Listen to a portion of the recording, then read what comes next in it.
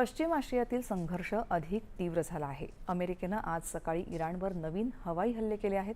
इराणनं होर्मुझच्या सामुद्रधुनीमध्ये एका व्यापारी जहाजावर हल्ला करून त्याला आग लावल्यानंतर आणि त्यावरील कर्मचाऱ्यांना जहाज सोडण्यास भाग पाडल्यानंतर हे हवाई हल्ले करण्यात आले. अमेरिकेनं क्षेपणास्त्र, ड्रोन आणि दळणवळण सुविधांसह इराणच्या सुमारे 140 लष्करी ठिकाणांना लक्ष्य केल्याची माहिती अमेरिकेच्या सेंट्रल कमांडनं दिली आहे. इराणनं बहरीन, कुवेत, कतार आणि संयुक्त अरब अमिरातीला लक्ष्य करून क्षेपणास्त्र आणि ड्रोन हल्ले करून प्रत्युत्तर दिलं. कतार आणि कुवेतनं येणारी क्षेपणास्त्र रोखल्याचा दावा केला आहे, तर बहरीननंही क्षेपणास्त्र सतर्कता सक्रिय केली आहे. इराणनं जॉर्डनमधील अमेरिकेच्या लष्करी तळावर हल्ले केल्याचा दावाही केला आहे.